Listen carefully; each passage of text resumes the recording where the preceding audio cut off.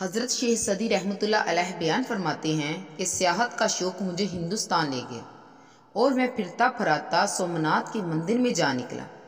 وہاں میں نے ہاتھی دانت کا ایک بت دیکھا۔ اس علاقے کے لوگ بڑی عقیدت سے اس بت کی پوجا کرتے تھے اور اس سے مرادیں مانگتے تھے۔ اس مندر کا ایک پجاری میرا شناسا تھا۔ میں نے اس سے پوچھ ہی لیا، پجاری جی، اس بت کو اپنے ہاتھوں سے بنانے والے اس کو کیوں پوجتے ہیں؟ آخر اس میں پوجے جانے والی کون سی بات ہے؟ یہ تو اپنی ناک پر بیٹھی مکھی نہیں اڑا سکتا، کسی کی مدد کیا کرے گا؟ یہ لوگ اسے اپنا خدا کیوں سمجھتے ہیں؟ میری یہ بات سن کر پجاری بڑا بگڑا اور بڑے پجاری کے آگے میری شکایت کر دی۔ ایسی صورت میں مجھے اپنی جان خطرے میں نظر آئی۔ ان کے تیور بدلے دیکھ کر میں نے اپنا لہجہ بدلا اور ان پر یہ ظاہر کیا کہ میں یہ سوال پکا یقین حاصل کرنے کے لیے کیا ہے۔ یقین کامل ہو جائے تو میں بھی اس کی پوجا کر دوں گا۔ میری یہ بات سن کر بڑا پجاری مطمئن ہو گیا اور بت کی بزرگی پر روشنی ڈالنے کا وعدہ کر کے دوسرے دن وہ مجھے مندر میں لے گیا۔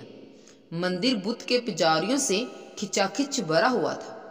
تھوڑی دیر بعد پجاری شنکھ اور گجر بجانے لگے اور بت نے اپنا ہاتھ اس طرح اٹھا دیا جیسے اپنے پجاریوں کو آشیرواد دے رہا ہے۔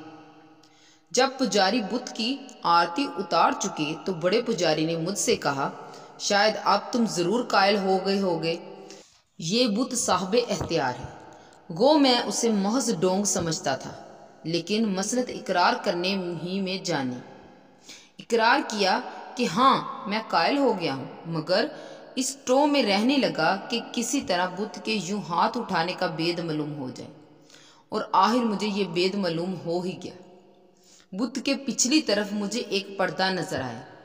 جب میں نے پردہ اٹھایا تو ایک پنڈت بیٹھا نظر آیا جس نے ایک رسی تھام رکھی تھی، جس سے صاف ظاہر تھا کہ پنڈت اس رسی کو کھینچتا ہے تو بت کا ہاتھ اوپر اٹھ جاتا ہے۔ پنڈت نے مجھے دیکھ لیا اور مارنے کو دوڑا۔ نمایاں تھا کہ اگر اس نے مجھ پر قابو پا لیا تو راز افشاں ہو جانے کا اندیشہ تھا، مجھے ابھی ختم کر دے گا۔ چنانچہ جان بچانے کے خوف سے میں نے اسے اٹھا کر کنویں میں پھینک دیا اور بھاگ گیا۔ یہ حکایت حضرت سعدی رحمۃ اللہ علیہ کی بڑی مشہور حکایت میں سے ایک ہے۔ اس کے سماخ نگار اس کی حکایت کی بنا پر ہی یہ بات مانتے ہیں کہ سعدی رحمۃ اللہ علیہ ہندوستان آئے تھے۔